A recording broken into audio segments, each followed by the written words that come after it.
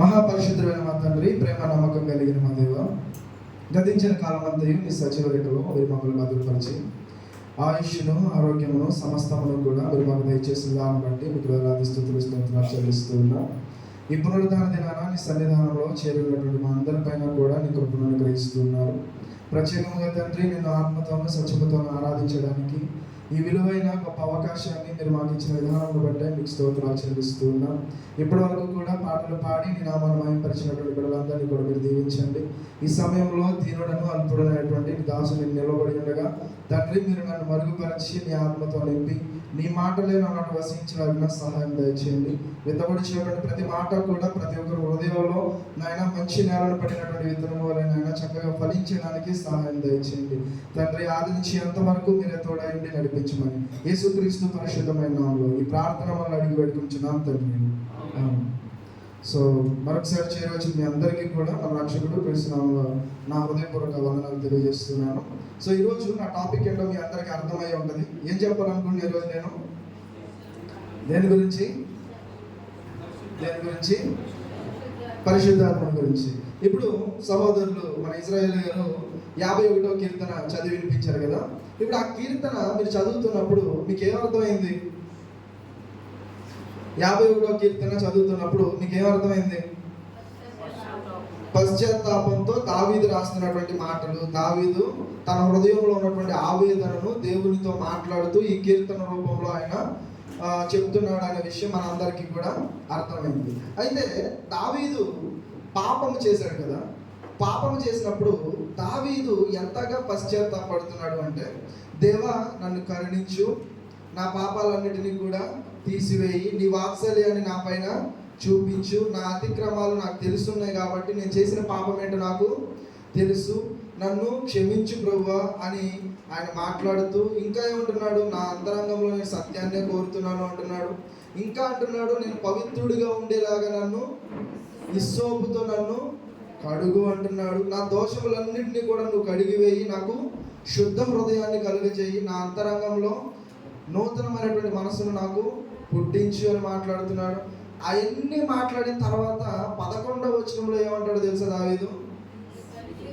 నీ పరిశుద్ధాత్మను నీ సన్నిధిలో నుండి నన్ను తోసివేయకు, నీ పరిశుద్ధాత్మను నా యొద్ద నుండి. ఇంతకీ దావీదు ఎందుకు ఈ మాటలు మాట్లాడుతున్నాడు? నీ సన్నిధి నుంచి నన్ను తీసివేయకు అని ఎందుకు అంటున్నాడు? ముఖ్యంగా మనం ఆలోచించే మాట, నీ పరిశుద్ధాత్మను నా యొద్ద నుంచి తీసివేయకు అని ఎందుకు మాట్లాడుతున్నాడు? పరిశుద్ధాత్మను దావీదు యొద్ద నుంచి తీసేస్తే ఏమవుతుంది? ఇప్పటి వరకు తను పాపం చేశాడని పశ్చాత్తాపడుతున్నాడు కదా దావీదు. నన్ను కరుణించు దేవా, నా పాపాలు క్షమించు దేవా, ఇంకా హిస్సోపుతో నన్ను కడిగి పవిత్రపరచు, నా మనస్సును నూతనంగా పుట్టించు, ఇలా ఇన్ని ప్రార్థన చేశాడు కదా. ఇప్పుడు దేవుడు నిజంగానే దావీదును కరుణించాడు, ఆయన పాపాలన్నీ క్షమించాడు, ఆయన హిస్సోపుతో కడిగేశాడు, చాలా పవిత్రపరిచాడు. పవిత్రపరచబడినటువంటి తర్వాత కూడా ఆయన పరిశుద్ధాత్మను నా యొద్ద నుంచి తీసివేయకు అని అడగాల అవసరం లేదా? తీసివేయకు మరి. నిజానికి దావీదు పరిశుద్ధాత్మను గురించి ఎందుకు దేవునితో వేడుకుంటున్నాడు అంటే, పరిశుద్ధాత్మని యొక్క గొప్పతనం ఏంటో, పరిశుద్ధాత్మ దేవుని విలువేంటో దావీదుకి బాగా తెలుసు. ఎందుకంటే నా హృదయము నూతనంగా పుట్టించు, నా మనసును నూతనంగా పుట్టించు, నాకు శుద్ధ హృదయాన్ని కలుగజేయి, ఇవన్నీ కూడా ఆయన మాట్లాడుతున్నాడు అంటే పరిశుద్ధాత్మ దేవుడు హృదయంలో లేకుండా తన హృదయం నూతన పరచబడడం అనేది అసాధ్యం. ఎందుకు ఈ విషయాలు నేను చెప్తున్నానంటే, మనం కూడా చాలాసార్లు యేసు ప్రభు రక్తంలో కడగబడి దేవుని వాత్సల్యాన్ని బట్టి, ఆయన ప్రేమను బట్టి మన పాపాలన్నీ కూడా క్షమించబడి మనం అందరం కూడా దేవుల్లో ఉన్నవాళ్ళం.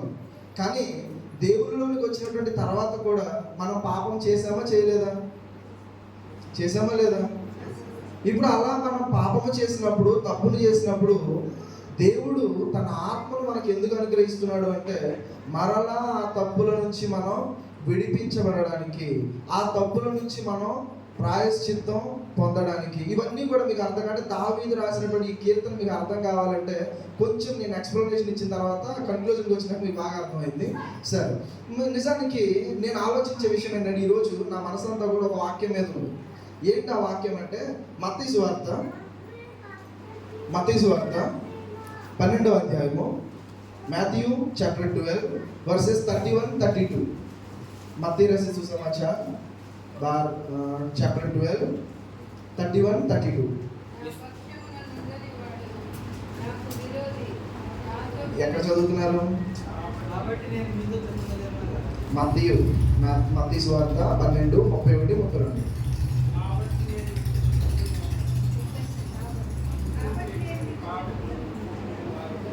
నాకేం నిలబడట్లేదు. ఎవరు చదువుతున్నారు? గట్టిగా చదవండి. కాబట్టి నేను మీతో చెప్పున్నదేమనగా, మనుషులు చేయు ప్రతి పాపమును దోషణయు వారికి క్షమింపబడును గాని ఆత్మ విషయమైన దోషణకు పాప క్షమాపణ లేదు. మనుష్య కుమారునికి విరోధముగా మాట్లాడువానికి పాప క్షమాపణ కలదు గాని పరిశుద్ధాత్మకు విరోధముగా మాట్లాడు వారికి ఈ యుగమందైనను రాబో యుగమందైనను పాప క్షమాపణ లేదు. ఈ మాటలు ఇప్పుడైనారా ఎప్పుడైనా విన్నారా? మనందరికీ తెలుసు కదా ఈ మాటలన్నీ కూడా. నిజానికి ఈరోజు ఎందుకు ఈ విషయాన్ని మాట్లాడుతున్నానంటే, నన్ను ఒకళ్ళు ఈ ప్రశ్న అడిగారు. నిజానికి పరిశుద్ధాత్మకి వ్యతిరేకంగా మాట్లాడటం ఏంటి, మాట్లాడితే పాప క్షమాపణ లేకపోవడం ఏంటి? నిజంగా పరిశుద్ధాత్మకి వ్యతిరేకంగా మనం పాపం చేస్తామా? ఇలా చాలా మందిని అడిగారంట, కానీ సరిగ్గా ఆన్సర్ రాలేదంట. సో సరే, అందుకే ఈ విషయంలోనే మనం కొంచెం డిస్కస్ చేద్దాము అనే విషయంలో నేను ఈ టాపిక్ అనేది తీసుకున్నాను. కొంచెంసేపు దీన్ని మనం ఆలోచన చేద్దాం. యేసు ప్రభు వారు ఏమంటున్నారు? మనుషులు చేసే పాపానికి ఏముందంట? పాప క్షమాపణ అనేది ఉంది. కానీ ఎవరైతే ఆత్మకు విరోధముగా మాట్లాడతారో, దూషిస్తారో వాళ్ళకి క్షమాపణ లేదు. ఇంకా యేసు ప్రభువే స్వయంగా చెప్తున్నాడు, మనుష్య కుమారునికి వ్యతిరేకంగా మాట్లాడినా మీకేముంటుంది? క్షమాపణ అనేది ఉంటుంది. ఇంతకీ మనుష్య కుమారుడు అంటే ఎవరు? మనుష్య కుమారుడు ఎవరండి? యేసు ప్రభు. అంటే యేసు ప్రభువుకి వ్యతిరేకంగా ఒకవేళ మీరు విరోధంగా మాట్లాడినా మీకేం దొరకవచ్చు? పాప క్షమాపణ దొరకవచ్చు. కానీ పరిశుద్ధాత్మునికి వ్యతిరేకంగా మాట్లాడితే మాత్రం క్షమాపణ అనేది లేదు అంటున్నాడు. ఇంతకీ పరిశుద్ధాత్మునికి వ్యతిరేకంగా మాట్లాడితే ఎందుకు క్షమాపణ లేదు అంటున్నాడు? యేసు ప్రభు నిజంగా ఆయన చేసినటువంటి త్యాగం గొప్పదా కాదా? ఎవరైనా కొంచెం ఈ ఫ్యాన్ తగ్గించండి, పేజీలో ఎగిరిపోతుంది. ఈ ఫ్యాన్ స్పీడ్ తగ్గించండి.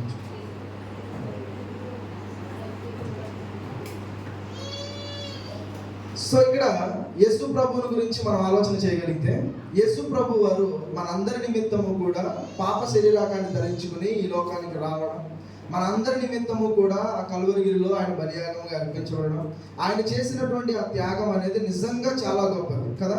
సర్వోన్నతుడైనటువంటి యేసు ప్రభు తనని తాను తగ్గించుకుని ఈ లోకానికి వచ్చి అంత గొప్పగా బలియాగాన్ని జరిగించి మన పాప క్షమాపణ నిమిత్తము అంతగా బలి అయిపోయినటువంటి యేసు ప్రభుకి వ్యతిరేకంగా మాట్లాడినా కూడా నీకు క్షమాపణ దొరుకుతుంది అంటున్నాడు. కానీ పరిశుద్ధాత్మనికి వ్యతిరేకంగా విరోధంగా నువ్వు మాట్లాడినా, నువ్వేమి వ్యతిరేక పాపాలు కాదు, నువ్వు వ్యతిరేకంగా విరోధంగా మాట్లాడితేనే ఏమి లేదంటున్నాడు? క్షమాపణ లేదంటున్నాడు.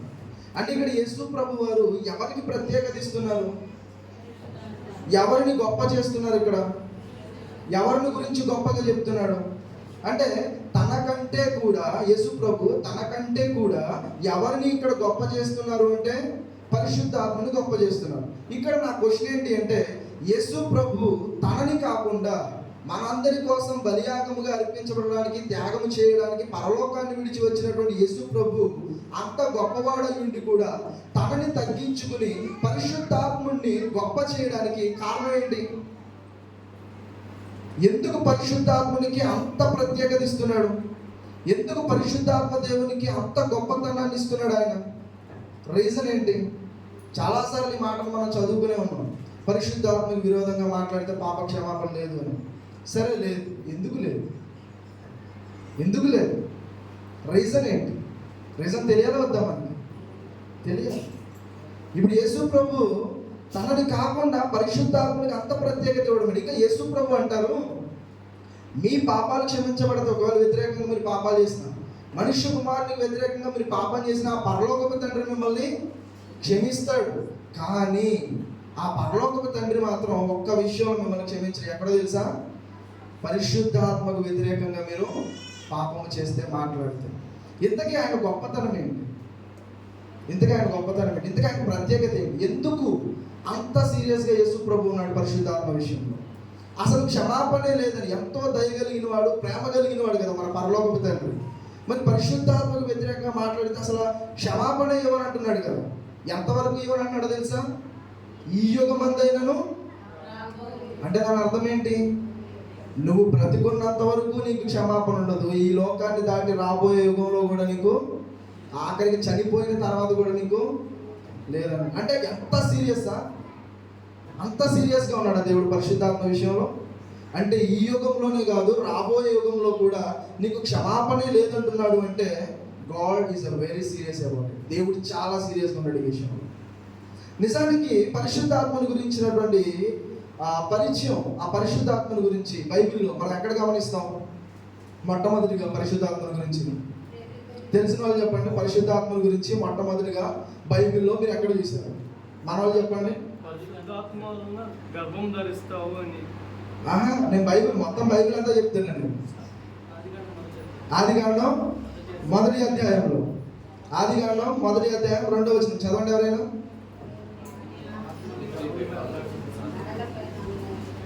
पृथ्वी बेडौल और सुनसान पड़ी थी और गहरे जल के ऊपर अंधियारा था तथा परमेश्वर का आत्मा जल के ऊपर मंडराता था. परमेश्वर की आत्मा जल के ऊपर मंडराता था. ఇక్కడ పరమేశ్వర్కి ఆత్మ అంటే యెహోవా ఆత్మ, దేవుని ఆత్మ అని చెప్పబడింది. అదే 3వ వచనంలో ఏం చెప్పబడింది? परमेश्वर ने कहा उजियाला हो. అంటే దేవుడు వెలుగు కమ్మని పలుకగా వెలుగు కలిగింది అన్నాడు. ఇప్పుడు 2వ వచనంలో చెప్తున్నటువంటి వ్యక్తి 3వ వచనంలో కనబడుతున్న వాళ్ళు ఇద్దరు ఒకటేనా వేరువేరా? 2వ వచనంలో ఉన్న వాళ్ళు 3వ వచనంలో ఉన్న వాళ్ళు వేరువేరా ఒకటా? 2వ వచనంలో ఉన్న వాళ్ళు 3వ వచనంలో ఉన్న వాళ్ళు వేరా ఒకటా? 2వ వచనంలో కనిపించేది ఎవరు? దేవుని ఆత్మ, యెహోవా ఆత్మ. ఎవరైనా పరిశుద్ధాత్ముడు. 3వ వచనంలో దేవుడు. ఆ క్లారిటీ మీకు అర్థమవుతుందా? అంటే 2వ వచనంలో యెహోవా ఆత్మ, దేవుని ఆత్మ అని ప్రత్యేకంగా చెప్పబడుతున్నది ఎవరి గురించి అంటే పరిశుద్ధాత్మని గురించి. అంటే సృష్టిని నిర్మించే విషయంలో, సృష్టిని చేసేటువంటి పనిలో పరిశుద్ధాత్ముడు కూడా ఏం చేస్తున్నాడు? ఇంగ్లీష్లో అంటాడు హోవరింగ్ అంటాడు. అంటే దాని అర్థం ఏంటి అంటే సృష్టి నిర్మాణ క్రమంలో పరిశుద్ధాత్ముడు ఏం చేస్తున్నాడు అంటే పర్యవేక్షిస్తున్నాడు. అర్థమవుతుందా? సృష్టి క్రమంలో, సృష్టి నిర్మాణంలో పరిశుద్ధాత్మని ఇన్వాల్వ్మెంట్ ఎలా ఉంది అంటే అది అంతా కూడా పని ఎలా జరుగుతుంది, ఆ సృష్టి క్రమం ఎలా నిర్మించబడుతుంది, ఈ విషయంలో ఆ బాధ్యతలు తీసుకున్నవాడిగా మనకు పరిశుద్ధాత్ముడు కనబడుతున్నాడు. ఇలా పరిశుద్ధాత్మని గురించి మనం గమనించుకుంటా పోతే చాలా సందర్భాల్లో ఇంకా పాత నిబంధనలోనే మన పరిశుద్ధాత్మని గురించి చూడొచ్చు, పాత నిబంధనలో. కానీ మనకు అంత టైం లేదు కాబట్టి జస్ట్ ఆయన స్వభావం ఎలాంటిది, ఆయన నేచర్ ఎలాంటిది, ఆయన విధానం ఏంటి, ఆయన ప్రత్యేకత ఏంటి అనేది మనకు అర్థం కావాలి. కాబట్టి బైబిల్లో ఒక సందర్భాన్ని మీకు జ్ఞాపకం చేస్తాం. బైబిల్లో మీరు గమనించగలిగితే న్యాయాధిపతుల పుస్తకం అని ఒకటి ఉంది, తెలుసు కదా మీకు. ఆ న్యాయాధిపతుల పుస్తకంలో పరిశుద్ధాత్మ దేవుడు చాలామంది మీదకి, న్యాయాధిపతుల మీదకి రావడము, తర్వాత వాళ్ళు బలపరచడం అని కూడా మీరు చూస్తూ ఉంటారు. అయితే ఒక వ్యక్తిని గురించి మనం ఈరోజు గమనిద్దాం. ఆ వ్యక్తి ఎవరు అంటే, ఒకసారి న్యాయాధిపతుల గ్రంథం 13వ అధ్యాయం 25వ వచనం చదవండి. న్యాయాధిపతుల గ్రంథం, జడ్జెస్, న్యాయం 13:25.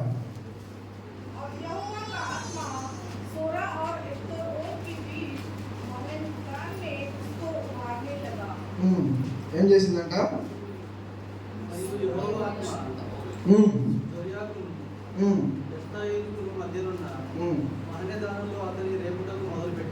ఇప్పుడు దేవుని ఆత్మ, యెహోవా ఆత్మ ఏం చేస్తుందంట? అతన్ని రేపుటకు మొదలు పెట్టింది అన్నాడు. రేపడం అంటే అర్థం ఏంటి? రేపడం అంటే అర్థం ఏంటి? అంటే పడుకుంటే లేపుతున్నాడు ఆయన. అంటే దాని అర్థం ఏంటి? అతన్ని రెచ్చగొడుతున్నాడు అని. రెచ్చగొడుతున్నాడు. ఎవరు రెచ్చగొడుతున్నారు? పరిశుద్ధాత్ముడు రెచ్చగొడుతుంది. ఇంతకీ ఎవరిని రెచ్చగొడుతున్నారు ఆయన? ఎవరిని రెచ్చగొడుతున్నారు? సంసోన్ని రెచ్చగొడుతున్నారు. ఇంకా అదే సంసోన్ గురించి మీరు 15వ వచనంలో చూడండి. 15వ అధ్యాయంలో 14వ అధ్యాయం 6వ వచనం చూడండి. 14:14-6.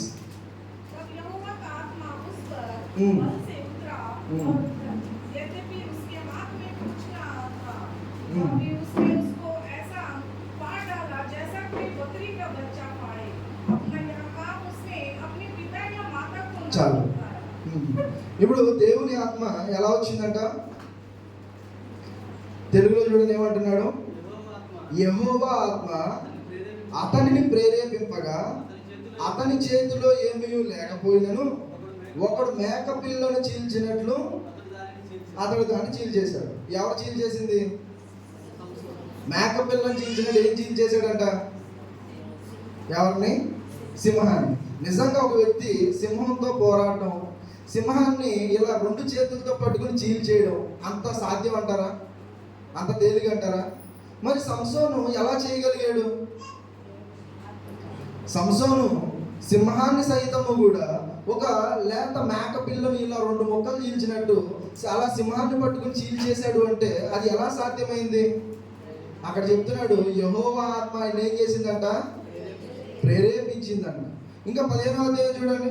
15వ అధ్యాయం 14వ వచనంలో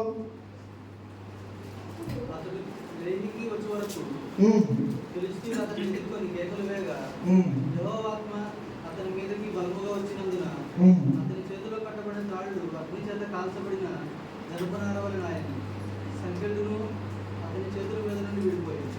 యెహోవా ఆత్మ అతని మీదకు బలముగా వచ్చినందున అతని చేతులకు కట్టబడిన తాళ్ళు అగ్ని చేత కాల్చబడినట్లు జనపనారవలెను. ఆయన తన సంఖ్యలు కూడా అతని చేతుల నుంచి విడిపోయాడు. అంటే ఇనప సంఖ్యలు కూడా ఏమైపోయినాయి అంట? ఇప్పుడు సంసోను ఈ విధంగా చేయడానికి కారణం ఏంటి? దేని వలన? చాలా మంది అనుకుంటారు సంసోను చాలా పెద్దోడు, మంచిగా 6 ప్యాక్ ఉన్నాయి, చాలా గొప్పవాడు, ఆయన చాలా బలవంతుడు కాబట్టి ఇవన్నీ కూడా చేయగలిగాడు అని. నిజానికి సంసోనుకి అంత శక్తి ఎవరి వల్ల వచ్చింది? దేని వల్ల వచ్చింది? ఇప్పుడు పరిశుద్ధ ఆత్మదేవుడు సంసోనును ఏం చేస్తున్నాడంట? రెచ్చగొడుతున్నాడు, ప్రేరేపిస్తున్నాడు, ఆవేశాన్ని పుట్టిస్తున్నాడు. అవునా కదా?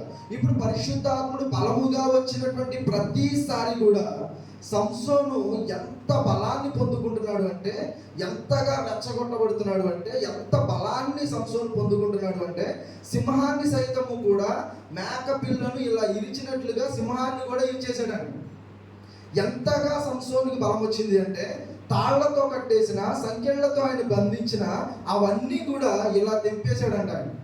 అంటే అంత బలము, అంత ఆవేశము, అంత శక్తి, అంత శౌర్యము, అంత రోషము సంసోనుకు ఎలా వచ్చింది అంటే, పరిశుద్ధాత్ముడు తన మీదకు బలముగా రావడాన్ని బట్టి, అతన్ని ప్రేరేపించడాన్ని బట్టి. ఇంకా సంసోను గురించి కూడా మీకు తెలుసు, చేతిలో ఒక దవడ ఎముకతో ఎంతమందిని చంపేశాడు? ఎంతమందిని? గాడిద దవడ ఎముకతో 1000 మందిని చంపేశాడు. ఎవరు? సంసోను.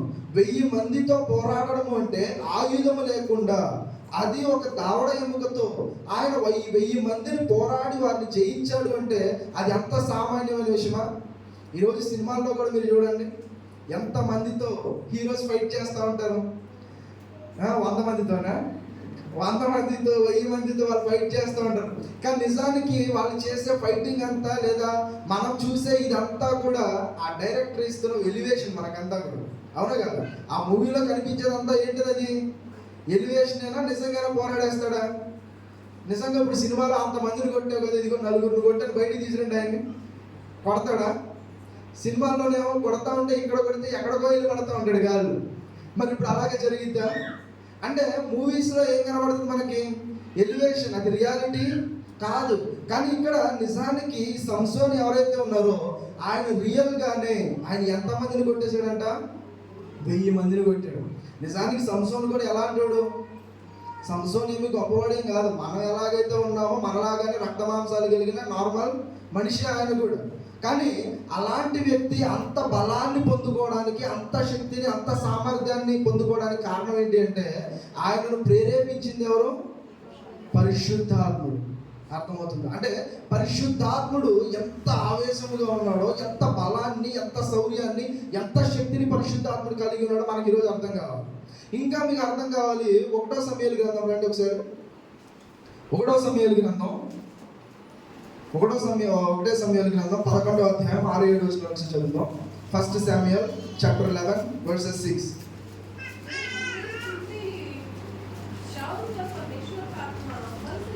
साउल पर परमेश्वर की आत्मा बल से उतरा और उसका क्रोध बहुत भड़क उठा। एक जोड़ी बैल लेकर टुकड़े टुकड़े काटे। చాలు. ఇక్కడ సౌలు గురించి కూడా మనం చూస్తా ఉన్నాం. సౌలు గురించి ఏం రాయబడింది చదవండి తెలుగులో? సౌలు వర్తమానం వినగానే దేవుని ఆత్మ అంటే పరిశుద్ధాత్మ అంటే సౌలు మీదకి పరిశుద్ధాత్మ దేవుడు బలముగా వచ్చాను. తర్వాత అతడు అత్యాగ్రహుడై అంటే దేవుని ఆత్మ బలముగా అతని మీదకి రాగానే అతనికి ఏమొచ్చిందంట? అత్యాగ్రహం అంటే పట్టలేనంత కోపం వచ్చిందంట. అత్యాగ్రహం, పట్టలేనంత కోపం వచ్చింది. తర్వాత ఒక కాడి ఎడ్లను తీసి తునకలుగా చేసి ఇశ్రాయేల్ దేశంలో నలుదిక్కులా కూడా దోతలు చేసి పంపిస్తాడంట. అంటే దాని అర్థం ఏంటి? కాడి ఎడ్లు అంటే ఒకటా రెండా? కాడి ఎడ్లు అంటే 2 ఎడ్లు. అంటే 2 ఎడ్లను సైతం సౌలు ఏం చేశాడంట? ఇలా చంపడం కాదు, ఏదో కొట్టి పొడవడమో కొట్టడమో చంపడం కాదు. ఏం చేశాడంట సౌలు? తునకలుగా చేసేసాడంట చంపేవాటిని. అసలు ఆ కాలంలో ఎడ్లంటే ఎలా ఉండేవి? అంతటి ఎడ్లను, అది 2 ఎడ్లను సౌలు వాటిని తునకలుగా చంపేశాడు, తునకలుగా చేశాడంటే అసలు ఆయన శక్తి ఏంటి? ఇది ఇంతకీ ఎవరి శక్తి అది? అంటే పరిశుద్ధాత్మ దేవుడు సంసోనును ప్రేరేపించినప్పుడు, సంసోను మీదకు బలముగా వచ్చినప్పుడు సింహాన్ని చీల్చేశాడు. సౌలు మీదకు బలముగా వచ్చినప్పుడు సౌలు 2 ఎడ్లను సైతము కూడా చంపేసి వాటిని తునకలుగా చేసేశాడు. అంటే అంత బలము, అంత శౌర్యము పరిశుద్ధాత్మ దేవుడు ఇచ్చాడు. ఇప్పుడు ఈ 2 సందర్భాలు మీరు గమనించినప్పుడు మీకు ఏమర్థం కావాలి? ఒరిజినల్గా ఆయన క్యారెక్టర్ లేదా ఆయన నేచర్ మీకు ఏమర్థమవుతుంది? పరిశుద్ధాత్ముడు అనగానే సామాన్యమైన వ్యక్తి కాదండి ఆయన. పరిశుద్ధాత్మ దేవుడు అంటే సామాన్యమైన వ్యక్తి కాదండి. ఆయన ఎలాంటి వాడిగా మనకు కనబడుతున్నాడంటే హీఈస్ ద మోస్ట్ పవర్ఫుల్. చాలా అంటే చాలా శక్తివంతుడిగా కనబడుతున్నాడు. ఆయన ఎంత శక్తివంతుడో సౌలును చూస్తుంటే మీకు అర్థమవుతుంది. జస్ట్ ఎగ్జాంపుల్స్ నేను చూపించగలుగుతాను. అంటే అంత శక్తివంతుడు. ఇంకా ఆయన శక్తి ఎలాంటిది అంటే ఎవరి మీదకైతే ఆయన బలంగా వస్తున్నాడో వాళ్ళని ఏం చేస్తున్నాడు? ఆయన రేపుతున్నాడు, రెచ్చగొడుతున్నాడు, వాళ్ళని ఆవేశపరుస్తున్నాడు. ఇంకేం చేస్తున్నాడు? అత్యాగ్రహాన్ని వాళ్ళు పొందుతున్నారు. అంటే దాని అర్థం ఏంటి? పరిశుద్ధాత్మ క్యారెక్టర్ మీకు ఏం అర్థం కావాలి? ఎలాంటి వాడికి మీకు అర్థం కావాలి? ఇప్పుడు ఇవన్నీ చూద్దామంటే చాలా శక్తిమంతుడు, ఇంకా చాలా పరాక్రమం, శౌర్యం కలిగినవాడు, చాలా బలం కలిగినవాడు. ఇంకా చెప్పాలంటే ఆయనకి చాలా కోపం ఎక్కువ అని కూడా మీకు అర్థం కావాలి. అవునా కదా? సౌలు మీదకి రాగానే ఆయన అత్యాగ్రహుడు అయిపోయాడు. సంసోను మీదకి రాగానే సంసోను కూడా చాలా కోపావేశుడు అయిపోయాడు. అంటే పరిశుద్ధాత్మ దేవునిలో కనపడని ఒక కోణం ఏంటి అంటే ఆయన చాలా అత్యాగ్రహుడు, చాలా కోపం, ఆయనకి చాలా కోపిస్తాడు. ఆయన గనక బలముగా కోపముగా దిగాడు అంటే ఇక ఎవరైనా సరే ఆయన ముందు నిలబడలేదు. ఇప్పుడు ఈ విషయాలను మీరు మైండ్లో పెట్టుకుని మత్తయి సువార్తలో 12:31-32 మనం చదివాం కదా. అక్కడ ఏమంటున్నాడు దేవుడు? యేసు ప్రభు వారు పరిశుద్ధాత్మకు వ్యతిరేకంగా మీరు మాట్లాడితే పాప క్షమాపణ అనేది లేదు అంటున్నాడు. ఇప్పుడు నేను అడుగుతున్నా, పరిశుద్ధాత్మకు వ్యతిరేకంగా మాట్లాడితే తండ్రి వాళ్ళని క్షమించడు అంటున్నాడు కదా. తండ్రి అయిన దేవుడు ఎవరైతే పరిశుద్ధాత్మ వ్యతిరేకంగా మాట్లాడతారో వాళ్ళని ఏం చేయడు? ఆయన క్షమించాడు. ఇప్పుడు నిజంగా పరిశుద్ధాత్మని శక్తి మీకు అర్థమైతే, ఏంటి నిజంగా పరిశుద్ధాత్మని శక్తే మీకు అర్థమైతే ఎవరైనా ఆయనకు విరోధంగా మాట్లాడి వ్యతిరేకంగా మాట్లాడి ఆయన ముందు నిలబడగలరా? దేవుడు వచ్చి క్షమించడం కాదు, ఆయన శక్తి మనకు అర్థమైనప్పుడు ఆయనకు వ్యతిరేకంగా మాట్లాడి ఆయన ముందు నిలబడగలిగిన వాడు ఎవరు కూడా లేదు. ఎందుకని ఆల్రెడీ ఆయన ప్రొఫైల్ మనం చూసాం. ఏం చేశాడు ఆయన? సింహాన్ని కూడా చీల్చేశాడు, ఎడ్లను కూడా చీల్చి ఆయన ఏం చేశాడు? తునకలుగా చేసేసాడు. మరి అలాంటి ఆవేశపరుడు, అంత శౌర్యము కలిగినటువంటి వాడు, అంత గొప్పవాడిగా, అంత శక్తిమంతుడిగా మనకు పరిశుద్ధాత్మ దేవుడు పాత నిబంధనలో కనబడుతున్నాడు కదా. మరి ఎలాగైతే మనకు పాత నిబంధనలో కనబడుతున్నాడో అలాగే మనకు క్రొత్త నిబంధనలో కూడా కనబడుతున్నాడు.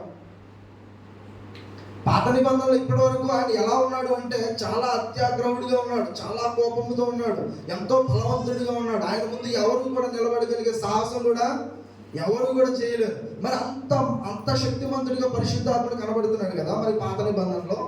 మరి అలాంటి పరిశుద్ధాత్మ దేవునికి వ్యతిరేకంగా మాట్లాడితే దేవుడు క్షమించాల్సిన అవసరం కూడా లేదు. ఆ ముందు అసలు నిలబడి ఎవరు కూడా తట్టుకోలేదు. అవునా కదా? మరి అలాంటి పరిశుద్ధాత్మ దేవుని గురించి తండ్రి కానీ యేసు ప్రభువు కానీ ఎంత గొప్పగా మాట్లాడుతున్నారు అంటే ఆయనకు వ్యతిరేకంగా ఒక మాట మాట్లాడినా సరే, విరోధంగా మాట్లాడినా సరే నేను మిమ్మల్ని క్షమించను అంటున్నాడు దేవుడు. మరి క్రొత్త నిబంధన దగ్గరకు వచ్చేసరికి పరిశుద్ధాత్మ దేవుడు ఎలా ఉన్నాడు అనే దాన్ని మనం గమనించగలిగితే యేసు ప్రభువే స్వయంగా పరిశుద్ధాత్మ దేవుని గురించి కొన్ని విషయాలు చెప్పారు. ఏం చెప్పారు ఆయన? ఒకసారి యోహాను సువార్తకి రండి. యోహాను సువార్త 14వ అధ్యాయం 16-17 వచ్చినారు. యోహాను సువార్త John 14:16-17. నేను తండ్రిని వేడుకొందును మీ యొద్ద ఎల్లప్పుడూ ఉండుటకై ఆయన వేరొక ఆదరణకర్తను అనగా సత్యస్వరూపియగు ఆత్మను మీకు అనుగ్రహించును.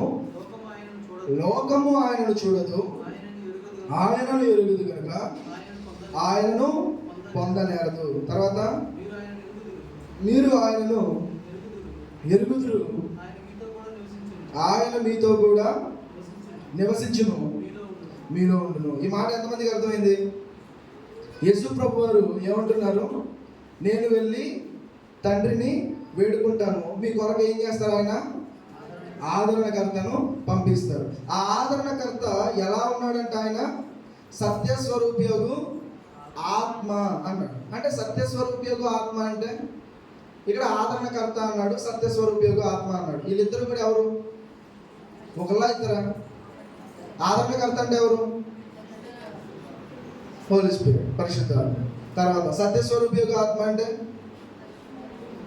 సత్యస్వరూపి అంటే అర్థం ఏంటి? సత్యస్వరూపి అంటే అర్థం ఏంటి?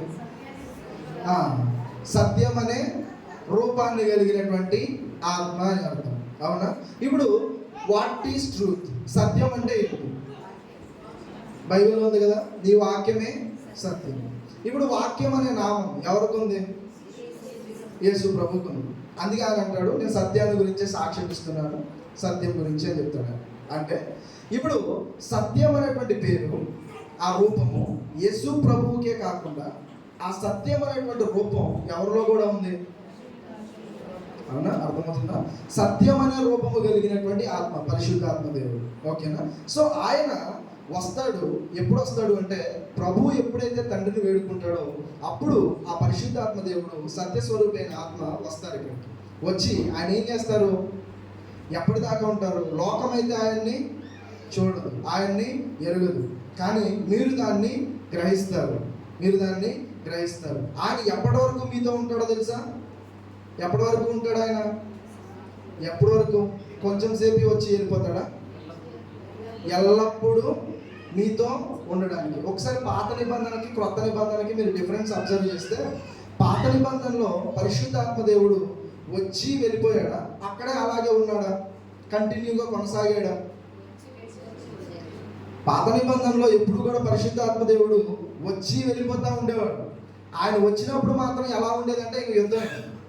ఎవరు కూడా ఆయన ముందు నిలబడగలిగేవాళ్ళు కాదు. అంత రోషం కలిగిన వాడు ఆయన, అంత పౌరుషం కలిగిన వాడు ఆయన.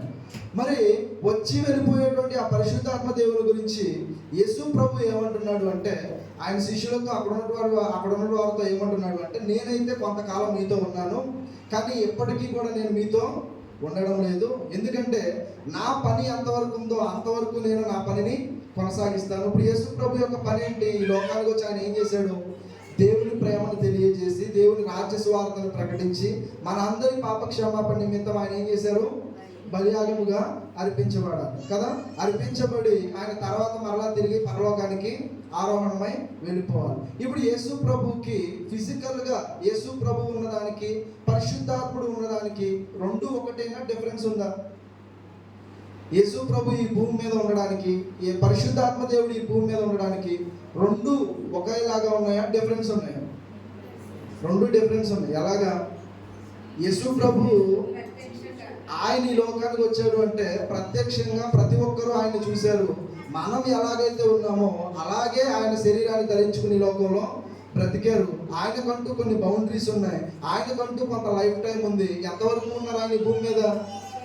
33.5 సంవత్సరాలు ఆయన ఈ భూమి మీద బ్రతికి తండ్రి చిత్తాన్ని నెరవేర్చి ఆయన మరలా తిరిగి వెళ్ళిపోయాడు. సేమ్ అలాగే పరిశుద్ధాత్మ దేవుడు కూడా ఉన్నాడా? మరి పరిశుద్ధాత్మ దేవుడు ఎలా ఉన్నాడు? ఆయన కనబడరు ఎవరికి? ఆయన కనబడరు. లోకం ఆయన గుర్తించదు, కానీ మనం ఆయన గుర్తించవచ్చు. ఆయన ఎల్లప్పుడూ కూడా మనతోనే ఉంటారు. ఎప్పటి వరకు ఉంటారు ఆయన? ఎప్పటి వరకు ఉంటారు ఆయన? ఎల్లప్పుడూ ఉంటారు. ఇప్పుడు ఆయన ఎప్పుడు వచ్చి ఉంటారు? యేసు ప్రభు చెప్పారు కదా, నేను తండ్రిని వేడుకున్నప్పుడు ఆయన ఆత్మను మీకోసం పంపిస్తారు, ఆదరణకర్తను పంపిస్తారు అని. ఇంతగా ఆయన ఎప్పుడు వచ్చి ఉంటారు? ఎప్పుడు వచ్చి ఉంటారు? అసలు ఫస్ట్ ఈ లోకానికి ఎల్లప్పుడూ ఉండడానికి ఎప్పుడు వచ్చి ఉంటారు? యేసు ప్రభు ఆయన బలియాగం అయిన తర్వాత 40 రోజులు అందరికీ కనపడి ఆయన ఏమైపోయారు? పరలోకానికి ఆరోహణమై వెళ్ళిపోయారు. ఆరోహణమై వెళ్ళిన తర్వాత ఆయన ఏదైతే చెప్పాడో, ఎలాగైతే ముందుగా చెప్పాడో అలాగే ఆయన తండ్రిని వేడుకొని ఆయన తర్వాత 10 రోజులకి పరిశుద్ధాత్మ దేవుడిని పంపించాడు. అవునా కాదు? యేసు ప్రభు ఆరోహణమైన తర్వాత 10 రోజులకి పరిశుద్ధాత్మ దేవుడు వచ్చాడు. ఎప్పుడు వచ్చారు? ఏ రోజు వచ్చారు? అపోస్తలుల కార్యములు 2వ అధ్యాయం మీరు చూస్తారు. 1వ అధ్యాయం 1వ వచనం నుంచి చూస్తే, పెంతెకొస్తు అనే పండుగ దినాన పరిశుద్ధాత్మ దేవుడు బలముగా వస్తాడు. అవునా కాదు? బలమండి ధ్వని, అగ్ని జ్వాలలు, 4 విభాగం, ఇవన్నీ కూడా మీరు చూస్తారు. అంటే పరిశుద్ధాత్మ దేవుడు చాలా గొప్పగా బలముగా ఆయన దిగి రావడం, ఆయన రాకను మనం చూస్తాం. ఎక్కడంటే పెంతెకొస్తు పండుగ నాడు కదా. పెంతెకొస్తు పండుగ నాడు.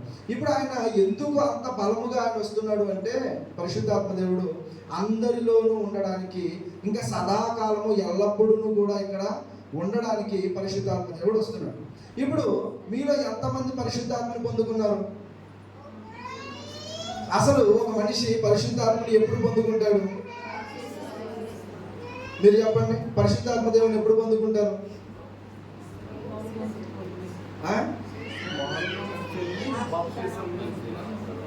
మార్మన్స్ పొంది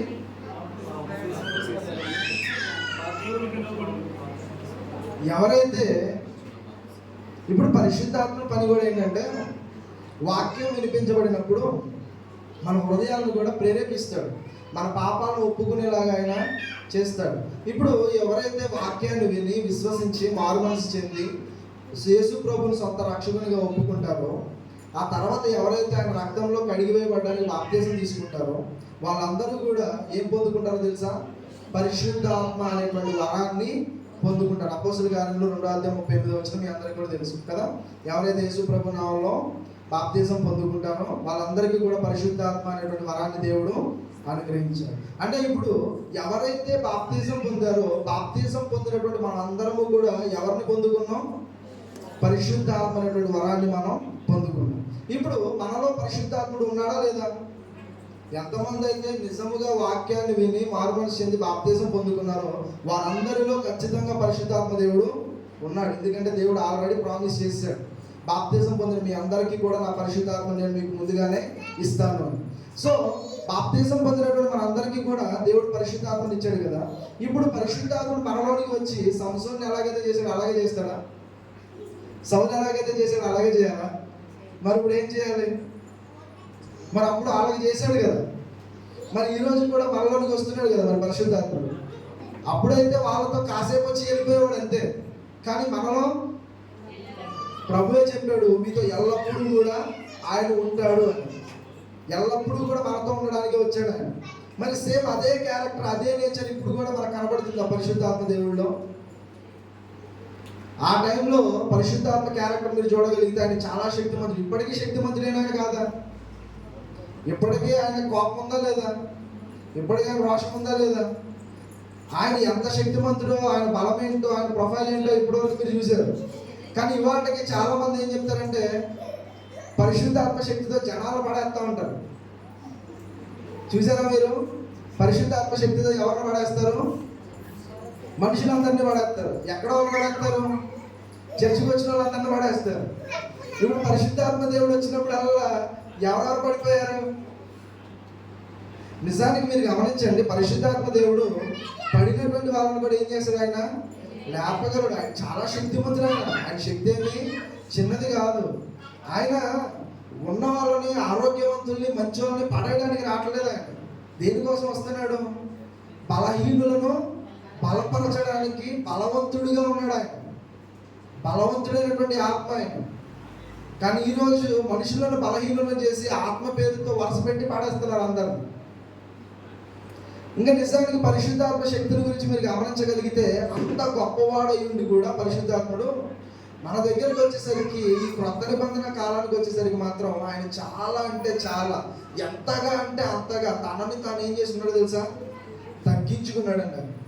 చాలా అంటే చాలా తగ్గించుకున్నాడు తనని తాను. ఇంకా మీకు ఒక వాక్యాన్ని చూపిస్తాను యోహాను సువార్తలో. అదే యేసు ప్రభు చెప్పినటువంటి మాటని. యోహాను సువార్త 16:13 చూడండి ఒకసారి. యోహాను సువార్త 16:13. జాన్ 16:13. అయితే ఆయన అనగా సత్యస్వరూపి అయిన ఆత్మ వచ్చినప్పుడు మిమ్మును సర్వసత్యములోనికి నడిపించును. ఆయన తనంతట తానే ఏమీ బోధింపక వేటిని వినునో వాటిని బోధించి సంభవించబో సంగతులను మీకు. ఇప్పుడు పరిశుద్ధాత్మ దేవుడు వచ్చిన తర్వాత ఏం చేస్తారంట? ఫస్ట్ పాయింట్, పరిశుద్ధాత్మ దేవుడు వచ్చాక ఏం చేయాలి? సర్వసత్యంలోనికి నడిపించాలి. ఇంతకీ సర్వసత్యం ఏంటి? ఇది కొంచెం జాగ్రత్తగా ఆలోచించండి, ఓకేనా? ఇంతకీ సర్వసత్యం ఏంటి? తర్వాత రెండో పాయింట్ ఏమంటున్నాడు? వేటిని వినునో వాటినే బోధించి. అంటే పరిశుద్ధాత్మ దేవుడు వేరుగా బోధిస్తాడా? వేటిని విన్నాడో వాటినే బోధిస్తాడా? ఇంతకీ ఎవరి దగ్గర వినుంటాడు పరిశుద్ధాత్మ దేవుడు ఆయన బోధించాలంటే? పోనీ యేసు ప్రభు ఎవరి దగ్గర వినుంటాడు?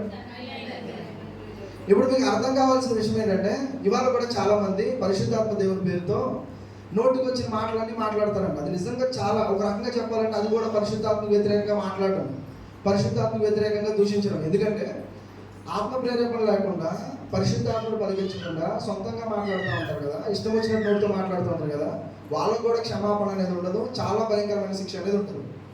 ఎందుకంటే పరిశుద్ధాత్మ పేరును ఉపయోగించి, దేవుని మాటను ఉపయోగించి ఒక మాటను నువ్వు నీ నోటి నుంచి నువ్వు పలుకుతున్నావు అంటే అది చాలా జాగ్రత్తగా నువ్వు పలకాలి. ఎందుకంటే దేవుని మాట అవునంటే అవును, కాదంటే కాదుగా ఉంటుంది. ఇప్పుడు దేవుని మాటకు వ్యతిరేకంగా నువ్వు చెప్తున్నావు అంటే ఖచ్చితంగా దానికి పొందే పర్యవసానం చాలా భయంకరంగా ఉంటుంది, చాలా భయంకరంగా ఉంటుంది. ఒకటి గుర్తుపెట్టుకోండి, దేవునికి వ్యతిరేకంగా, తండ్రి అయిన దేవునికి వ్యతిరేకంగా యేసు ప్రభు లేడు. యేసు ప్రభుకి వ్యతిరేకంగా పరిశుద్ధాత్మ దేవుడు లేడు. యేసు ప్రభు ఈ లోకానికి వచ్చి ఏదైతే బోధించాడో అదే బోధన కొనసాగింపజేసింది ఎవరు తెలుసా? పరిశుద్ధాత్మ దేవుడు. క్రొత్త బోధన ఆయన ఏమీ తేలా. యేసు ప్రభు ఏదైతే చెప్పాడో అదే బోధన కొనసాగించాడే తప్ప పరిశుద్ధాత్మ దేవుడు వచ్చి ఆయన చెప్పింది నేను చెప్పడం ఏంటి, ఇది నా గొప్పతనం కదా, నేను నాకు ఇష్టం వచ్చినట్టుగా నేను చెప్తానని ఆయన చెప్పలేదండి. ఈరోజు కూడా చాలా మంది అబద్ధ బోధలు, పరిశుద్ధాత్మ ప్రేరణ వచ్చేసిందని చెప్పి భయంకరమైనటువంటి మాటలు మాట్లాడుతూ ఉంటారు. అయితే వాళ్ళకి జడ్జిమెంట్ మాత్రం దొరుకుతుంది, మనం ఎవరిని జడ్జ్ చేయాల్సిన అవసరం అనేది లేదు. అయితే నేను చెప్పాల్సినటువంటి విషయం ఏంటి అంటే, తండ్రి కుమార పరిశుద్ధాత్మ బోధ ఏదైతే ఉందో ఆ బోధ విషయంలో ముగ్గురు కూడా ఒకటిగానే ఉన్నారు. పరిశుద్ధాత్ముడు వాళ్ళకి వ్యతిరేకంగా కాకుండా వేటిని విన్నాడో వాటిని వాళ్ళకి బోధించాడన్న చూసాం. అయితే ముందు ఒక విషయం ఉంది. ఏంటిదంటే ఆయన వచ్చినప్పుడు, సత్యస్వరూపైన ఆత్మ వచ్చినప్పుడు ఆయన మిమ్మల్ని ఏం చేస్తాడంట? సర్వసత్యంలోనికి నడిపిస్తాడు అన్నాడు. అంటే యేసు ప్రభు ద్వారా సర్వసత్యం వచ్చిందా? పరిశుద్ధాత్మ ద్వారా సర్వసత్యం వచ్చిందా? సర్వసత్యంలోనికి నడిపిస్తారు అని చెప్పారు ఆయన. అంటే దాని అర్థం ఏంటి? యేసు ప్రభు ఉన్నప్పుడు సర్వసత్యం రాలా, సత్యమే ఉంది.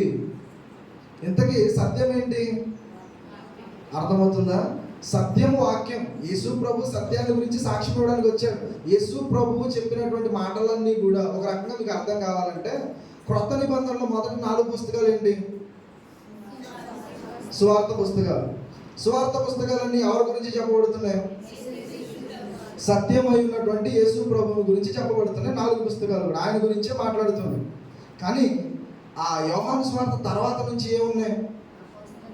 అపోస్తలుల కార్యాలు, తర్వాత రోమీయులు, తర్వాత కొరింథీయులు, తర్వాత గలతీ, ఎఫెసీ. ఇవన్నీ ఎక్కడి నుంచి వచ్చినాయి?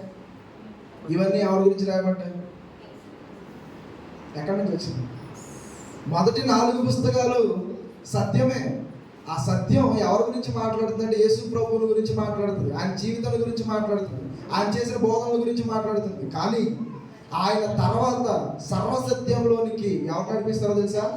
పరిశుద్ధాత్మ దేవుడు నడిపిస్తారు. అంటే దాని అర్థం ఏంటంటే ఆయన ఆరోహణమై వెళ్ళిపోయినటువంటి తర్వాత పరిశుద్ధాత్మ దేవుడు వచ్చాడు కదా, ఆయన శిష్యులందరినీ కూడా ఎలా నడిపించాడు అంటే సర్వసత్యంలోనికి నడిపించాడు. అంటే దేవుని లేఖనాలు ఏవైతే మనకు కనబడుతున్నాయో ఇవన్నీ కూడా ఎవరి వలన వచ్చాయో తెలుసా? సర్వసత్యం అంతా కూడా ఎవరి ద్వారా వచ్చిందో తెలుసా? పరిశుద్ధాత్మ వల్ల. ఒక రకంగా మీకు అర్థం కావాలంటే పేతురు రాసిన 2వ పత్రిక 1:21 చదవండి. 2 Peter chapter 1 verses 21. 2 Peter chapter 1:21.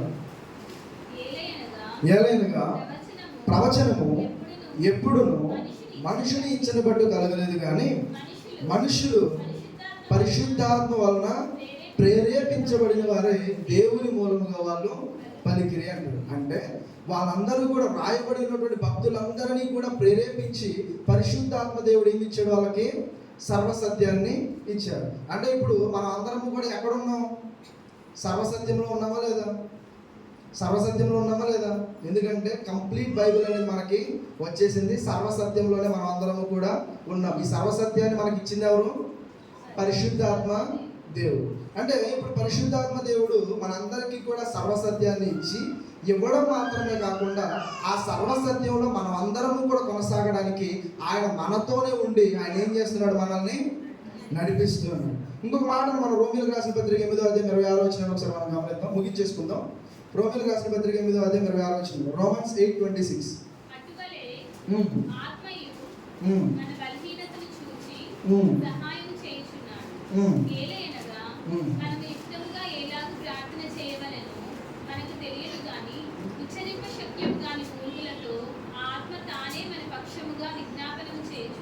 Okay, ఇక్కడ ఏమంటున్నాడు అంటే ఆత్మ మన బలహీనతలను చూసి ఏం చేస్తున్నాడు? మనకి సహాయం చేస్తున్నాడు. ఏలైనా మనం యుక్తంగా ఎలా ప్రార్థన చేయాలో తెలియదు కాబట్టి ఉచ్చరింప సఖ్యము కానీ మూలుగులతో ఆయన మన విషయమై ఏం చేస్తున్నాడు? తండ్రిని వేడుకుంటున్నాడు, విజ్ఞాపన చేస్తున్నాడు. ఇప్పుడు మనకి ప్రార్థన చేయడం వచ్చా రాదా? ఇప్పుడు ఇక్కడ వాక్యం చదివినప్పుడు మీకు ఏమర్థమైంది? మనం ఎలా ప్రార్థన చేయాలో, యుక్తంగా ఎలా ప్రార్థన చేయాలో మనకి తెలియదు అంటున్నాడు. ఇప్పుడు ఈ మాట నేనంటే ఇదేంటి ప్రార్థన చేయడం రాకుండానే మేమందరం ఇక్కడ దాకా వచ్చామా అని అంటాం. మేము ఒక ఆయన ఇట్లాగే ఒక మీటింగ్లో ఆయన ప్రేయర్ చేయమని, పాపం మంచి ఆయన సీనియర్ అని చెప్పి ఆయనకి ప్రార్థనకి ఇచ్చారంట. స్టార్టింగ్ ప్రేయర్ ఇచ్చారంట ఆయనకి. స్టార్టింగ్ ప్రేయర్ ఇస్తే ఆయన ఏం చేసి తెలుసా? ప్రార్థన ఒక అరగంట చేశాడంట. మీటింగ్ స్టార్ట్ చేస్తుంటే ప్రార్థన అంతా కూడా వెళ్ళి అరగంట చేశాడంట. ఇక అరగంట కూడా దేవుని వాక్యాలన్నీ చెప్పేస్తా ఆ ప్రార్థనలో ఆయన విషయాలన్నీ చెప్పేసుకుంటా ప్రార్థన అంతా చేసేస్తున్నాడు. ఇక వచ్చిన వాళ్ళందరూ ఆయన ఇంకా చూస్తున్నారు. అంటే ఇప్పుడు దాని అర్థం ఏంటి? ఇప్పుడు ప్రార్థన అనేది ఎంతసేపు చేయాలి అంటే ఇప్పుడు ఎక్కువసేపు ప్రార్థన చేసే తప్ప అన్నమాట. ప్రార్థన చేయొచ్చు, ఎంతసేపు అయినా చేయొచ్చు, ఎందుకంటే దేవుడితో మనం మాట్లాడటం కదా ప్రార్థన అంటే. కానీ ఎక్కడ ఎంతసేపు చేయాలో అవసరాన్ని బట్టి చేయడం కూడా చాలా ప్రాముఖ్యం అండి. దాన్నే యుక్తంగా ప్రార్థన చేయడం అంటారు. ఇప్పుడు ఆయనకి ఇచ్చినటువంటి అవకాశాన్ని బట్టి ఆయన ఎంతవరకు ప్రార్థన చేయాలో అంతవరకే చేయాలి. నాకు అవకాశం ఇచ్చారు కదా, జనాలందరూ నన్నే చూడాలి, ఇప్పుడిప్పుడే అందరూ వస్తున్నారు, మరి అందరికీ నేను ప్రార్థన చేశానని తెలియాలి, కాబట్టి నేను ఎక్కువసేపు చేయాలని అనుకున్నాడు అనుకో. అంటే ఇక్కడ ఏం చేస్తాడంటే ఆయన తన గొప్ప తను చూపించుకున్నాడు, అంతే కదా. ఇప్పుడు ఆయన అంతసేపు ఎందుకు చేయాలి? అందరికీ తను చూపించుకోవాలి. ఇదిగో స్టేజ్ మీద నేను నిల్చున్నాను, ప్రార్థన చేస్తానని.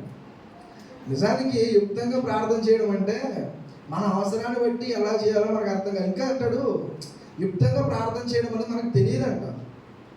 మన బలహీనతల్లో మనకు సహాయం చేస్తూ మన విషయమే పరిశుద్ధాత్మ దేవుడు ఏం చేస్తాడంటే ఉచ్చరింప సఖ్యము కానీ మూలుగలతో ఆయన దేవునికి విజ్ఞాపన చేస్తాడంట. అండ్ నిజానికి మూలుగు అనే మాట ఎప్పుడైనా విన్నారండి మీరు? మూలుగు అంటారు కదా. మూలుగు అంటే ఏంటి?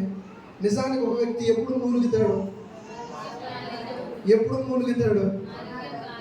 ఎవరికైతే ఆరోగ్యం బాగలేదు, ఎవరైతే సీరియస్గా ఉన్నారో, ఎవరైతే లేవలేని పరిస్థితుల్లో ఉన్నారో అప్పుడు మూలుగులు స్టార్ట్ అవుతాయండి. ఒక రకమైన బాధ. మూలుగు అంటే అర్థం ఏంటి? ఒక రకమైన బాధే. ఆ బాధ, ఆ వ్యాధిని భరించలేకపోతున్నటువంటి ఆ బాధ అనమాట అదంతా కూడా. అంటే ఏ పరిశుద్ధాత్మ దేవుడు మూలుగుతున్నాడు అంటే దాని అర్థం ఏంటి? మూలుగుతున్నాడు అంటే దాని అర్థం ఏంటి? మన విషయంలో ఆయన ఏం చేస్తున్నాడు? బాధపడుతున్నాడు. ఎందుకు బాధపడాలి పరిశుద్ధాత్మ దేవుడు మన విషయంలో? ఎందుకు బాధపడాలి ఆయన? మన విషయమే మూలుగుతూ మన విషయమే విజ్ఞాపన చేయాల్సినంత అవసరం పరిశుద్ధాత్మ దేవుడికి ఏంటి అసలు? ఆయనకి ఏంటి అసలు? ఎప్పుడైనా ఆలోచన చేశారా? ఎందుకు మన విషయమై ఆయన మూలుగుతూ మన విషయమై ఆయన బాధపడుతూ తండ్రి వీళ్ళని క్షమించు అని మన విషయమై ఎందుకు ఆయన విజ్ఞాపన చేస్తూ ఉంటారు? చాలాసార్లు మనం ఏం చేస్తామో తెలుసా? తప్పులు చేస్తూ ఉంటాం, పాపాలు చేస్తూ ఉంటాం. మనం చేసి ఏం చేస్తామంటే అమ్మయ్య నన్ను ఎవరు కూడా చూడలేదు, చక్కగా వచ్చి ఇంట్లో పడుకుంటాం, ఎవరు మనం చూడలేదు. కానీ మన లోపల ఉన్న పరిశుద్ధాత్మ దేవుడు ఏం చేస్తాడో తెలుసా? మన లోపల ఉన్న పరిశుద్ధాత్మ దేవుడు నీ విషయమే తండ్రికి విజ్ఞాపన చేస్తూ ఉంటాడు. నిజంగా బాప్తిజం పొందినటువంటి మనం అందరం కూడా పరిశుద్ధాత్మను వరంగా పొందుకోవడం అంటే అది చాలా గొప్ప విషయం అండి. అది అర్థం కాదు చాలా మందికి.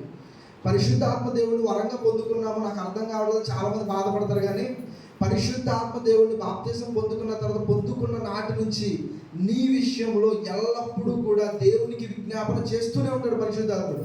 ఎందుకంటే నువ్వు తెలిసి తెలియక చేసిన తప్పుల్ని బట్టి నిజంగా పరిశుద్ధాత్మ దేవుడు మూలుగుతూ బాధపడుతూ తండ్రి విజ్ఞాపన చేస్తాడు. మనం అనుకుంటాం మనుషులను చూసి, కొంతమంది మనుషుల్ని వాళ్ళ వేషధారం చూసి ఏమనుకుంటాం?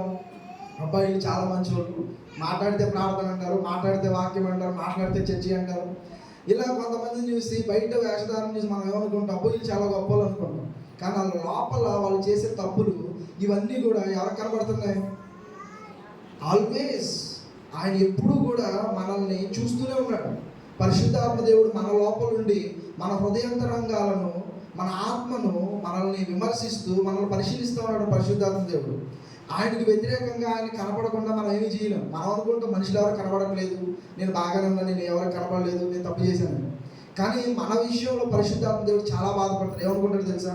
అరే ఈడిప్పుడే కదా పాపం నుంచి బయటపడ్డాడు అనుకున్నాం, ఇప్పుడే కదా ఈ చెడు వ్యసనం నుంచి బయటకు వచ్చాడు అనుకున్నాం, ఇప్పుడే కదా దేవుడిని తెలుసుకున్నాడు, ఇప్పుడే కదా వాక్యంలో ఉంటున్నాడు, ఇప్పుడే కదా మంచిగా కొనసాగుతున్నాడు అనుకునే టైంలో మరలా ఈమె పాపంలో పడిపోవడం ఏంటి, మరలా ఈమె పాపంలో పడిపోవడం ఏంటి, మరలా ఈమె తప్పు చేయడం ఏంటి అని నువ్వు చేస్తున్న నీ తప్పుల విషయంలో ప్రతి నిత్యము కూడా ప్రతిరోజు కూడా బాధపడుతున్నాడు అండి. ఆయన ప్రతిరోజు బాధపడుతున్నాడు పరిశుద్ధాత్మ దేవుడు.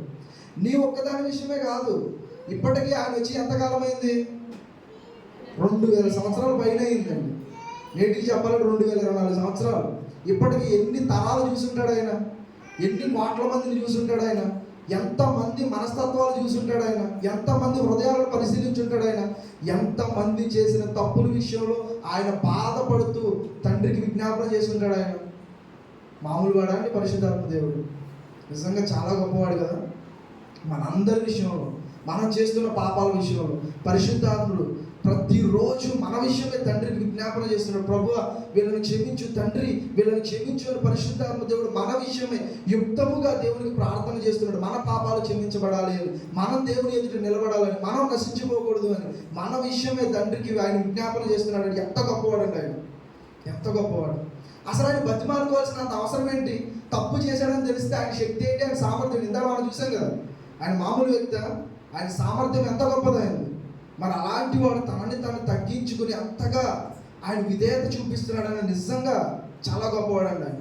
ఇంకా చెప్పాలి అంటే ఇప్పుడు బయట దేశం కొంతమంది వెళ్తారు కదా, బయట దేశానికి వెళ్ళినప్పుడు వాళ్ళకి ఎక్కువ మన దేశం మీద ఉంటుందా బయట దేశం మీద ఉంటుందా మనసంతా? ఎక్కడ ఉంటుంది? బయట దేశానికి పని కోసం వెళ్ళిన వాళ్ళ మనసంతా ఎక్కడ ఉంటుందంటే వాళ్ళ ఇంటి మీద, వాళ్ళ దేశం మీద ఉంటుంది కదా. ఎప్పుడెప్పుడు వెళ్దామా, మన వాళ్ళని చూద్దామా, కలుసుకుందామా అనే ఆలోచన ఉంటుంది, అవునే కదా. ఇప్పుడు పరిశుద్ధాత్మ దేవుడికి కూడా ఆ ఆలోచన లేదంటారా? నా మాటలు అర్థమవుతున్నాయా?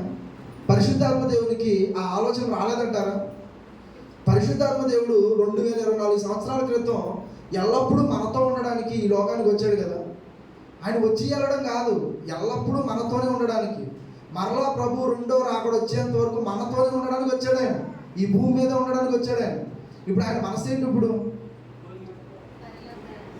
ఆయన మనసేంటి? ఇప్పుడు ఆయన మూలిగేది ఆయన విషయంలో కాదు, ఎవరి విషయంలో? మన విషయంలో. కానీ ఆయనకి నిజంగా బాధ ఉంటే ఎప్పుడు ఉంటుంది అంటే, ఒకటి మనం చేస్తున్న తప్పులను బట్టి, రెండు ఆ పరలోకాన్ని, ఆ తండ్రిని మిస్ అవుతున్న దాన్ని బట్టి. నిజంగా యేసు ప్రభు ఆ సిలువలో ఆయన మరణించే సమయంలో తండ్రి నన్ను ఎందుకు అంటే ఎంతసేపు విడిచేయండి ఆయన చెయ్య. యేసు ప్రభు ఎంతకాలం ఉన్నాడు ఈ భూమి మీద? ఆలోచన చేయండి. యేసు ప్రభు శరీరధారికి భూమి మీద ఎంతకాలం ఉన్నాడు? 33.5 సంవత్సరాలు. సిలువలో కాసేపు ఆయన చెయ్యి విడిస్తే ఆయన ఏమన్నాడు? తండ్రి నన్ను ఎందుకు చెయ్యి విడిచావని బాధపడుతున్నాడు. కానీ ఇప్పుడు ఈయన ఎంతకాలం ఉన్నాడండి? పరలోకాన్ని విడిచిపెట్టేసి. నిజంగా పరలోకంలో ఈ స్థానం ఎంత గొప్పది పరిశుద్ధాత్మ దేవుడిది. పరలోకంలో ఆ పరలోకపు తండ్రి దగ్గర ఎంతో సర్వోన్నతుడిగా, సర్వసంపన్నుడిగా, సర్వభోగాలు అనుభవిస్తున్నటువంటి పరిశుద్ధాత్మ దేవుడు అంత గొప్ప స్థానాన్ని విడిచిపెట్టి మన కోసం నేటికి ఇన్ని సంవత్సరాలు మన కోసం మనతో ఆయన ఉండిపోతున్నాడు అంటే, మన విషయమై తనని తాను తగ్గించుకుని దేవునికి విజ్ఞాపన చేస్తున్నాడు అంటే ఆయన గొప్పతనం ఏంటి అసలు? ఆయన క్యారెక్టర్ ఏంటి అసలు? నిజంగా మీకు అర్థమవుతుందా? యేసు ప్రభు కంటే ఒక రకంగా పరిశుద్ధాత్ముడే గొప్పవాడిగా కనపడతాడు మనకు. యేసు ప్రభు గొప్పవాళ్ళు కాదని నేను అనట్లా, కానీ ఆయన కంటే ఎక్కువగా మన విషయమే విజ్ఞాపన చేస్తూ బాధపడతాను. ఇప్పుడు కొంతమంది అంటారు, నేను అసలు తప్పే చేయలేదు, నేను అసలు పాపమే చేయలేదు. అలా ఎవరైనా ఉన్నారండి? ఎవరైనా ఉన్నారా? అలా ఒకవేళ అనుకుంటే యోహాను భక్తుడు అంటాడు, ఒక మాట చదువుకుని మనం ముందుకు వెళ్ళిపోదాం. యోహాను రాసినటువంటి మొదటి పత్రిక 1వ అధ్యాయం 10వ వచనం ముగించేసుకుందాం. 1 John chapter 1 verses 10. మనము పాపము చేయలేదని చెప్పుకొని ఎడల ఆయనను అబద్ధకునిగా చేయువారగును మరియు ఆయన వాక్యము మనలో ఉండదు. ఏంటంట? మనం పాపమే చేయలేదంటే ఆయనను ఎవరిని అబద్ధికుడిగా చేసినట్టు? దేవుణ్ణి అబద్ధికుడిగా చేసినట్టు. అంటే మనం అందరము కూడా ఏం చేసిన వాళ్ళమే? పాపం చేశాము. ఇక్కడ యోహాను మీరు అన్నాడా, మనం అన్నాడా? అంటే అందరిని గురించి చెప్తున్నాడండి. మనం పాపం చేసిన వాళ్ళం. ఒకవేళ నేను పాపం చేయలేదంటే మనం దేవుడిని అబద్ధికుడిగా చేసినట్టు. రెండోది, దేవుని వాక్యం మనలో లేనట్టే అంటున్నాడు. అంటే పరిశుద్ధాత్మ దేవుడు మన విషయమై ఎల్లప్పుడూ కూడా ఏం చేస్తున్నాడు? ఆయన విజ్ఞాపన చేస్తున్నాడు. ఇంకా పరిశుద్ధాత్మ గురించి కూడా, మీరు పరిశుద్ధాత్మని దుఃఖపరచొద్దు అంటాడు. అంటే పరిశుద్ధాత్మనికి దుఃఖం ఎప్పుడు కలుగుతుంది? ఎవరి విషయంలో కలుగుతుంది? మన విషయంలో దుఃఖం కలుగుతుంది. చివరిగా ఒక మాటను చూసి మనం ముగించేసుకుందాం. హెబ్రీయులకు రాసిన పత్రిక 10వ అధ్యాయం 29వ వచనం. హెబ్రీస్ chapter 10 verses 29.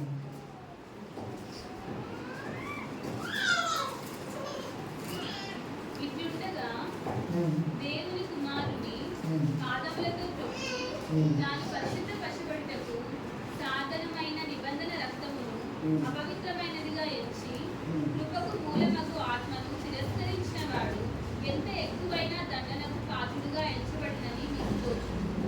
ఏమంటున్నాడు ఇక్కడ? యేసు ప్రభు వారిని పాదాలతో తొక్కేసి, దేవుని కుమారుని పాదాలతో తొక్కి తాను పరిశుద్ధపరచబడుటకు సాధారణమైన నిబంధన రక్తాన్ని అపవిత్రముగా ఇచ్చి కృపకు మూలమగు ఆత్మను తిరస్కరించిన వాడు ఎంత ఎక్కువైన దండనకు పాత్రుడిగా ఎంచబడుతున్నాడని మీకు తోచుతున్నది అంటున్నాడు.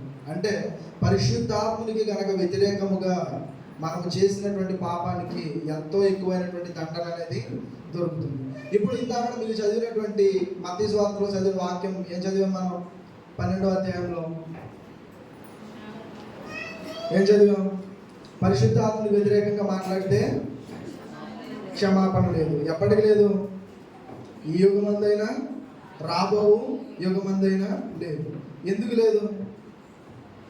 ఇప్పుడు ఎందుకు లేదు అన్నది ఇప్పుడు దాకా నేను చెప్పింది. ఇప్పుడు అది మీరు చెప్పలేదు అనుకో, మళ్ళీ చెప్పాల్సి వస్తుంది. నేను మళ్ళీ చెప్తారా మీరే చెప్తారా? మళ్ళీ నన్ను చెప్పంటారా మీరే చెప్తారా? మళ్ళీ నేనే చెప్పరా? చెప్పండి. ఇప్పుడు పరిశుద్ధాత్మకు వ్యతిరేకంగా మాట్లాడితే క్షమాపణ లేదు అంటున్నాడు కదా. ఎందుకు లేదు? పరిశుద్ధాత్మ వ్యతిరేకంగా మాట్లాడితే ఎందుకు క్షమాపణ లేదు? ఎందుకు? దావీదు భక్తుడు కూడా నీ పరిశుద్ధాత్మ నా యొద్ద నుంచి తీసివేయకంటున్నాడు. తీసివేసినందుకు సౌలు ఏమైపోయాడో మీకు తెలుసు కదా.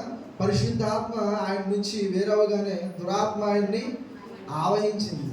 ఆయన భ్రష్టు పట్టిపోయాడు, ఆయన చనిపోయాడు, ఆయన జీవితం పాడైపోయింది. సౌలు జీవితం పరిశుద్ధాత్మ వేరైపోగానే.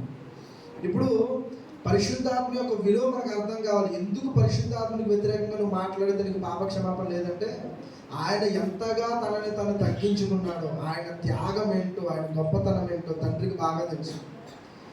తండ్రి తన కుమారుణ్ణి ఎంతగా ప్రేమిస్తున్నాడో పరిశుద్ధాత్మ దేవుణ్ణి కూడా అంతగానే ఎక్కువగానే ప్రేమిస్తున్నాడు. ఆయన చేసిన త్యాగం గొప్పది కనుక మన విషయాల్లో ఆయన మన కోసం ఉండి తండ్రికి విజ్ఞాపన చేస్తున్నాడు. కానీ అలాంటి గొప్ప తగ్గింపు కలిగినటువంటి, గొప్ప మనసు కలిగినటువంటి పరిశుద్ధాత్మ దేవుని విషయంలో ఒకవేళ మీరు కనుక దూషిస్తే, ఒకవేళ మీరు కనుక వ్యతిరేకంగా మాట్లాడితే ఖచ్చితంగా మీకు క్షమాపణ అనేది లేదు. పరిశుద్ధాత్మ దేవుడి పని ఏంటి అంటే రక్షింపబడిన మనం అందరము కూడా, అవునా? రక్షింపబడిన వాళ్ళు ఎవరు? సంఘం, మనం అందరం కదా. మన అందరినీ కూడా సర్వసత్యంలో నడిపిస్తూ ఎప్పటి వరకు అంటే ప్రభు రెండవ రాకడ వచ్చేంత వరకు ఈ సంఘాన్ని నడిపించే బాధ్యత, పరిరక్షించేటువంటి బాధ్యత ఎవరు తీసుకున్నారో తెలుసా? పరిశుద్ధాత్మ దేవుడు. సంఘాన్ని నడిపించే బాధ్యత ఎవరిది? పరిశుద్ధాత్మ దేవుడు. ఇప్పుడు మన మధ్యలో ఎక్కడ ఇద్దరు ముగ్గురు కూడా నా నామం స్తుతిస్తారు, వారి మధ్యలో ఎవరుంటారో తెలుసా? పరిశుద్ధాత్మ దేవుడు ఖచ్చితంగా ఉంటాడు. ఇక్కడ మనం ఆరాధన చేస్తున్నాము అంటే మన మధ్యన ఎవరున్నారో తెలుసా? పరిశుద్ధాత్మ దేవుడు ఉన్నాడు. దీనికోసం ప్రత్యేకంగా వెళ్ళి పవిత్రాత్మ రా రా అని చెప్పి మనం పిలవవసరం లేదు. చాలామంది ప్రత్యేకంగా ఆరాధనలో రావాలని కేకలేస్తారు, డబ్బులు కొడితే చాలా హంగామా చేస్తూ ఉంటారు. నేనంటున్నా పరిశుద్ధాత్మ కోసం నువ్వు అంత కష్టపడాల్సినంత అవసరం లేదు. ఎందుకంటే దేవుడు ఆల్రెడీ వాగ్దానం చేశాడు. నువ్వు బాప్తిజం పొందిన నాటి నుంచి ఆయన నీలోనే ఉన్నాడు, నీతోనే ఉన్నాడు. నీ లోపల ఉన్న పరిశుద్ధాత్మను గుర్తించకుండా ఎంతసేపు పైన చూస్తాను రా అంటే ఆయన పరలోకంలో ఉన్నాడు అనుకున్నావు. ఇప్పుడు ఆయన పరలోకంలో లేడు, మన కోసం భూమి మీద మనతో ఉన్నాడు. ఆయన నీ కోసం ఎల్లప్పుడూ విజ్ఞాపన చేస్తున్నాడు. ఆయన అది గ్రహించకుండా ఈరోజు చాలామంది ఆయన ఏదో పరలోకానికి వెళ్ళిపోయినట్టు మరలా రమ్మని పిలుస్తూ ఉంటారు ఆయన. సో యేసు ప్రభు ఏం చెప్పారు? ఆయన వాగ్దానం ఏంటి? ఆ పరిశుద్ధాత్మ దేవుని పని ఏంటి? ఎంత రోషము కలిగి, ఎంత కోపం, ఎంత కోపావేశం, ఎంత ఉగ్రుడిగా ఉన్నటువంటి ఆయన తనని తాను తగ్గించుకుని తన ఆవేశాన్ని వదులుకొని ఎంతగా దీనుడిగా మన కోసం పరిశుద్ధాత్ముడు మనలో నివసిస్తున్నాడో, మన విషయమే తండ్రికి విజ్ఞాపన చేస్తున్నాడు. ఈరోజు నిజంగా నీకు అర్థమైతే ఖచ్చితంగా నీ విషయంలో పరిశుద్ధాత్మ దేవుని దుఃఖాన్ని మిగిల్చు. కానీ నీ విషయంలో పరిశుద్ధాత్మ దేవుడు ఇంకా ఆయన బాధపడుతున్నాడు అంటే, ఇంకా ఆయన దుఃఖపడుతున్నాడు అంటే అది కేవలం నీ తప్పు. పరిశుద్ధాత్మ దేవుడు తగిన కాలంలో నీకు సమయోచితమైన జ్ఞానాన్ని ఇస్తాడు. తప్పు చేస్తున్న కాలంలో అది తప్పు అనేటువంటి ఆ ప్రేరణ నీకు ఇస్తాడు. ఆ మార్గంగా నువ్వు వెళ్ళకు అని. అయినా పరిశుద్ధాత్మ మాటను నువ్వు త్రోసివేసి ఆ పాపంలోనికి నువ్వు వెళ్ళావు అంటే ఖచ్చితంగా నీ విషయంలో ఆయన దుఃఖపడతాడు, బాధపడతాడు. కాబట్టి పరిశుద్ధాత్మ దేవుడు మన కోసం ఉన్నాడు, మనలో ఉన్నాడు. ఆయన ఎప్పుడు కూడా మనం దుఃఖపరచకూడదు. కాబట్టి మనల్ని మనం సరి చేసుకుందాం. ఒక్కసారి అందరూ కూడా నిలబడదాం.